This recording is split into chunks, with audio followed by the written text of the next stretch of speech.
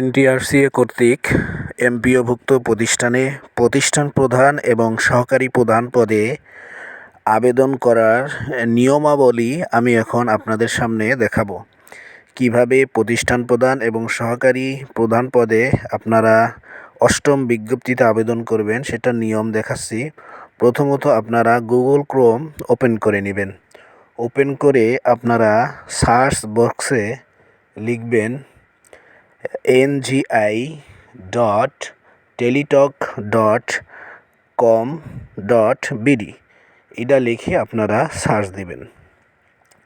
এটা লিখে সার্চ দেওয়ার পর আপনারা যেটা দেখতে পাবেন, এখানে উপরে 8 রিকমেন্ডেড এক্সাম 2026 আপনারা দেখতে পাচ্ছেন। উপরে যেটা দেওয়া আছে এখানে, ওটাতে আমি এরো চিহ্ন দ্বারা আপনাদেরকে দেখাচ্ছি, ক্লিক করবেন। ক্লিক করার পর আপনারা ঠিক এরকম একটি ইন্টারফেস আপনারা দেখতে পাবেন। দেখেন এখানে লেখা আছে এমপিওভুক্ত শিক্ষা প্রতিষ্ঠান প্রধান ও সহকারী প্রধান পদে নিয়োগ 2026। এখানে কিছু আবেদন করার নিয়মাবলী দেওয়া আছে, আপনারা সবাই এগুলো ঠিকভাবে পড়ে নেবেন এবং আমি যেভাবে ভিডিও দেখাচ্ছি ঠিক সেভাবে আপনারা আবেদন করার চেষ্টা করবেন। তো প্রথমত আপনারা এই পেজে আসার পর যেই চিহ্ন আমি দেখাচ্ছি এরো চিহ্ন, এখানে আপনারা ক্লিক করবেন। এখানে ক্লিক করার পর আপনারা ঠিক এরকম একটি ইন্টারফেস পাবেন। তো এখানে দেখেন লেখা আছে অ্যাপ্লিক্যান্ট ভেরিফিকেশন। তো প্রথমত এখানে আপনারা দেখতে পাচ্ছেন আপনার ইন্ডেক্স নাম্বার চাচ্ছে। তো আপনারা আপনার ইন্ডেক্স নাম্বার দিবেন এবং দ্বিতীয়ত আপনার নামের লাস্ট 3 ডিজিট আপনারা দিবেন। দেওয়ার পরে আপনারা ভেরিফাই অপশনে ক্লিক করবেন। তো ভেরিফাই অপশনে ক্লিক করলে ঠিক এরকম একটি ইন্টারফেস আসবে। আপনারা এখান থেকে যেই পদে আবেদন করতে চাচ্ছেন সেই পদের নিচে অ্যাপ্লাই বাটনে ক্লিক করবেন। যদি সহকারী প্রধান পদে আবেদন করতে চান তাহলে সহকারী প্রধান পদে, যদি প্রিন্সিপাল পদে করতে চান প্রিন্সিপাল পদে আবেদন করবেন। তারপর আপনারা ঠিক এরকম একটি ইন্টারফেস দেখতে পাবেন, যেখানে আপনার নাম এবং পিতার নাম, আপনাদের মাতার নাম, আপনাদের ডেট অফ বার্থ অবশ্যই সার্টিফিকেট অনুযায়ী ঠিক করে লিখবেন। ন্যাশনালিটি বাংলাদেশি, যদি বিবাহিত হন তাহলে বিবাহিত দিবেন। আর আইডেন্টিফিকেশন, এখানে 3টি ধাপ আছে। ব্যক্তিত্ব পরিচয়ের ক্ষেত্রে এনআইডি আছে। কারো যদি এনআইডি না থাকে তাহলে জন্ম নিবন্ধন নাম্বার দিয়ে করা যায়, অথবা কারো যদি পাসপোর্ট নাম্বার থাকে সেটা দিয়েও করা যায়। দেখেন আমি এরো চিহ্ন দিয়ে দেখাচ্ছি। এখানে 3টা অপশন দেওয়া আছে। আইডেন্টিফিকেশন করার জন্য এই 3 অপশনের যে কোনো একটি অপশন দিয়ে করা যায়। তো এনআইডি দিয়ে করাটাই সর্বোত্তম, যেহেতু আমরা বাংলাদেশি। তো এনআইডি সিলেক্ট করার পর নিচে একটি ফাঁকা বক্স আসবে, যেই বক্সে এনআইডি নাম্বার আপনাদেরকে লিখে দিতে হবে। আপনারা আপনাদের এনআইডি নাম্বার জাতীয় পরিচয়পত্র থেকে সঠিকভাবে আপনারা এখানে সিলেক্ট করবেন। সিলেক্ট করার পর আপনারা যেটা করবেন সেটা হচ্ছে, নিচে দেখেন নেক্সট বাটন আছে, এখানে আপনারা ক্লিক করবেন। এখানে ক্লিক করার পর আপনারা ঠিক এরকম একটি ইন্টারফেস পাবেন। দেখেন আমি জুম করে নিচ্ছি। এখানে 8টি অপশনের ভিতরে আমরা 2 নাম্বার অপশনে আছি, অর্থাৎ 8টি স্টেপের ভিতরে। প্রথমত কন্ট্যাক্ট ডিটেলস, এখানে নাম্বার দিতে হবে অবশ্যই। যেই নাম্বারটা দিলে আপনার সাথে যোগাযোগ করা যাবে, যেই নাম্বারটা সর্বদা খোলা থাকবে সেই নাম্বারটা দিবেন। নিচে ইমেইল নাম্বার আছে, ইমেইল নাম্বার দিবেন। তারপর নিচে প্রেজেন্ট অ্যাড্রেস দেখতে পাচ্ছেন আপনারা। এই প্রেজেন্ট অ্যাড্রেসে ফাঁকা ঘরে আপনারা ইংরেজিতে আপনাদের গ্রাম, মহল্লা, তারপরে থানা, পোস্ট কোড, এগুলো আপনারা দিবেন। তারপর আপনারা এখানে ডিস্ট্রিক্ট সিলেক্ট করে নেবেন। আমি আমার ডিস্ট্রিক্ট এখান থেকে সিলেক্ট করে নিচ্ছি। তারপরে দেখেন উপজেলা সিলেক্ট করতে হবে, আপনারা আপনাদের উপজেলা সিলেক্ট করবেন।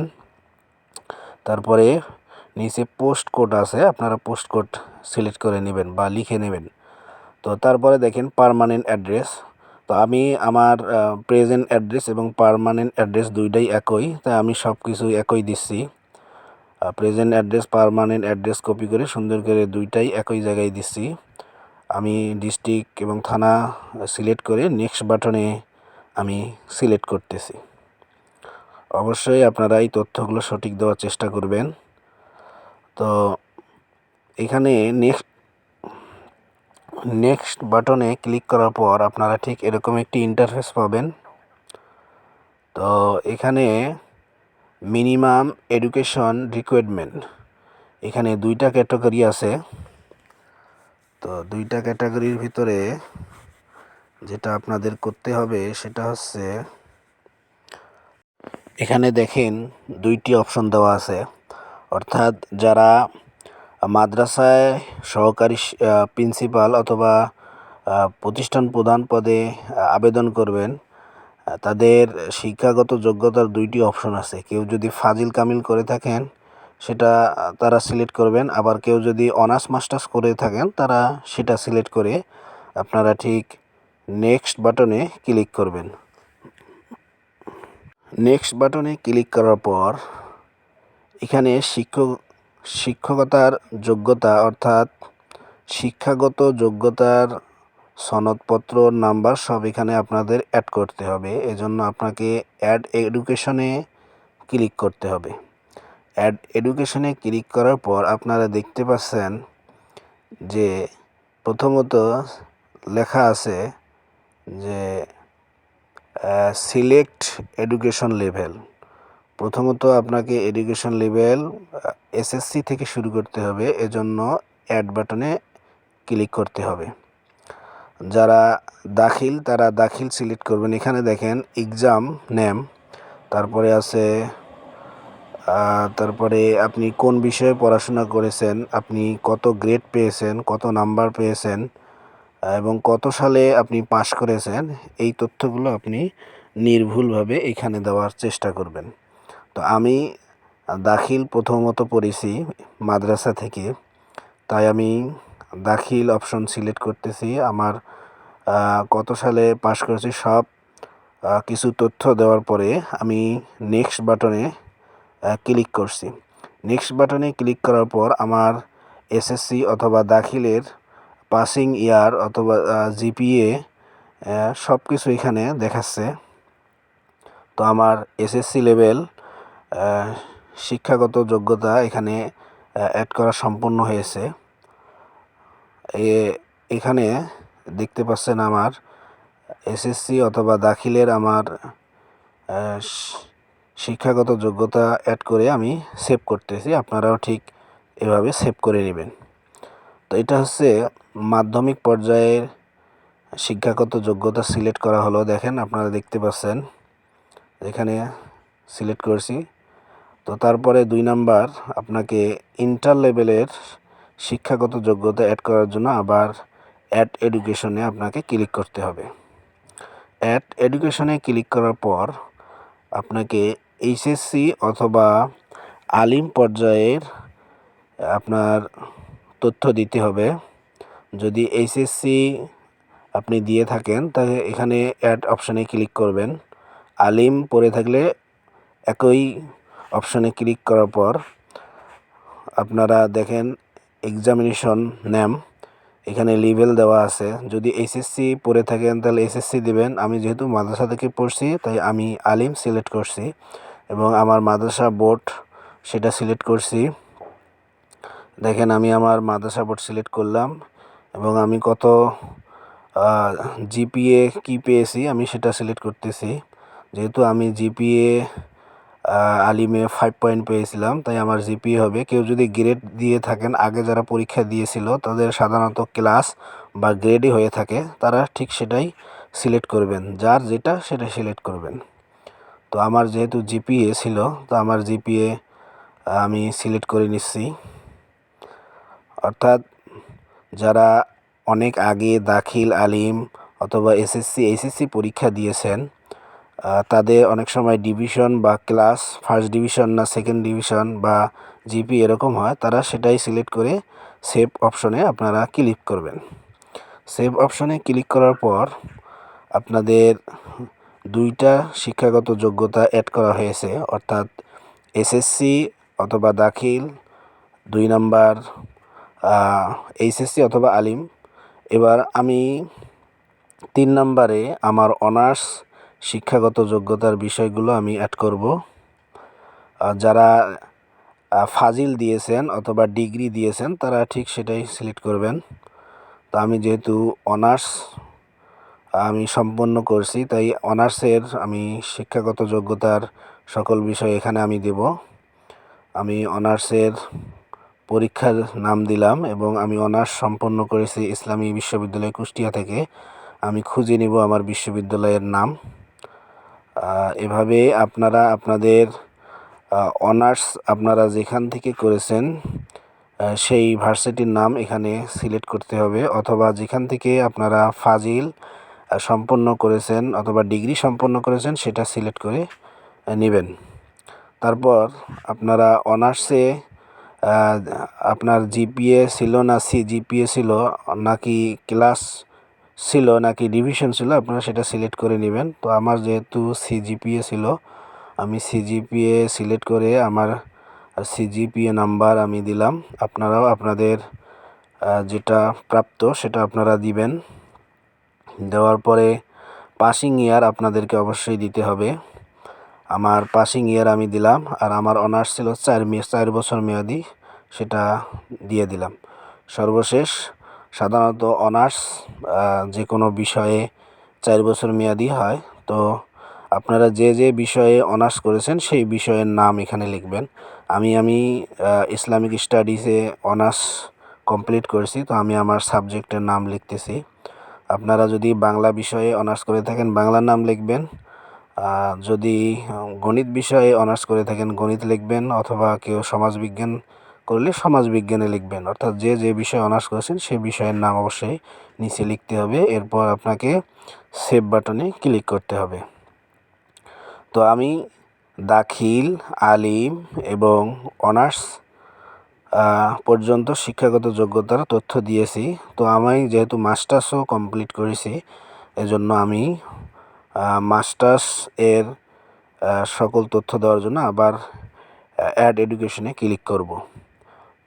তো আপনারা ফাজিল দেওয়ার পরে অবশ্যই কামিল অ্যাড করার জন্য আপনারা অ্যাড অপশানে ক্লিক করবেন। এরকম অ্যাড অপশানে আবার পুনরায় ক্লিক করে, যেহেতু আমি এখন মাস্টার্সের তথ্য দিচ্ছি, তো আমি বিএড করছি, তারপরে বিএডের রেজাল্ট দিলাম এবং যেখান থেকে মাস্টার্স করছি সেই মাস্টার্সের আমি প্রতিষ্ঠান অর্থাৎ আমার ভার্সিটির নাম দিয়ে দিয়েছি। সকল তথ্য দেওয়ার পরে আবার নেক্সট বাটনে ক্লিক করছি। এরকম শিক্ষাগত যোগ্যতার সকল পর্যায়ে অ্যাড করার পরে এরকম একটি অপশন পাবেন। আমি যেহেতু মাদ্রাসা থেকে সহকারী মৌলভী থেকে এখানে সহকারী প্রধান পোস্টে আবেদন করতেছি, তো আপনারাও এখানে আপনাদের যোগ্যতা অনুযায়ী অপশন পাবেন, সেটা সিলেক্ট করে আপনারা নেক্সট বাটনে ক্লিক করবেন। নেক্সট বাটনে ক্লিক করলে ঠিক এরকম একটি আপনারা ইন্টারফেস পাবেন। এখানে আপনাদের ছবি অ্যাড করতে হবে, পাসপোর্ট সাইজের একটি ছবি। মনে রাখতে হবে একটি পাসপোর্ট সাইজের ছবি আপনাদেরকে স্ক্যান করে মোবাইলে কম্পিউটারে রেখে দিতে হবে, সেটা এখানে আপলোড করে দিতে হবে এবং ছবিটি অবশ্যই 300x300 মেগাপিক্সেল হতে হবে এবং অবশ্যই 100 কিলোবাইটের ভিতরে হতে হবে ছবিটি। আর সিগনেচার অবশ্যই একটি সাদা কাগজে সুন্দর করে সিগনেচার লিখবেন। সিগনেচারটা অবশ্যই তার 300x80 পিক্সেলের হতে হবে এবং 100 কিলোবাইটের নিচে হতে হবে। আমি আমার ছবি এবং আমার সিগনেচার আমার মোবাইল থেকে আমি অ্যাড করে নিলাম। আপনারাও আপনাদের মোবাইলে সংরক্ষণ করে অ্যাড করে নেবেন। নেওয়ার পরে শেষের দিকে একটি ফাঁকা বক্স পাবেন, এখানে অবশ্যই টিক মার্ক দিয়ে আপনারা নেক্সট বাটনে ক্লিক করবেন। নেক্সট বাটনে ক্লিক করার পর দেখেন উপরে লেখা আছে রিভিউ অ্যান্ড ফাইনাল সাবমিশন, অর্থাৎ আপনার আবেদন প্রায় কমপ্লিট। এখানে আপনার আবেদনটি আপনাকে রিভিউ করার জন্য দেওয়া হয়েছে। আপনি আপনার আবেদনটি স্বচ্ছ হয়েছে কিনা সেটা এখান থেকে যাচাই বাছাই করে নেবেন। আপনার নাম, আপনার পার্মানেন্ট অ্যাড্রেস, আপনার প্রেজেন্ট অ্যাড্রেস, আপনার শিক্ষাগত যোগ্যতা সব এখান থেকে আপনারা দেখে নেবেন। ভুল হলে আবার আপনারা ব্যাক বাটনে ক্লিক করে সেটা সংশোধন করে নিয়ে আসবেন। নিচে দেখেন সাবমিট বাটন আছে। যদি আপনারা এই তথ্যগুলো রিভিউ করে না নিয়ে সাবমিট বাটনে ক্লিক করেন তাহলে যদি ভুল হয়ে থাকে পুনরায় ঠিক করার সুযোগ থাকবে না। এজন্য অবশ্যই সাবমিট বাটনে ক্লিক করার আগে আপনার তথ্য যাচাই বাছাই করে সাবমিট বাটনে ক্লিক করবেন। সাবমিট বাটনে ক্লিক করার পরে আপনাদেরকে একটি ইউজার আইডি এবং পাসওয়ার্ড দেওয়া হবে। আপনারা ঠিক সেই ইউজার আইডি এবং পাসওয়ার্ড দিয়ে আপনারা পেমেন্ট করবেন।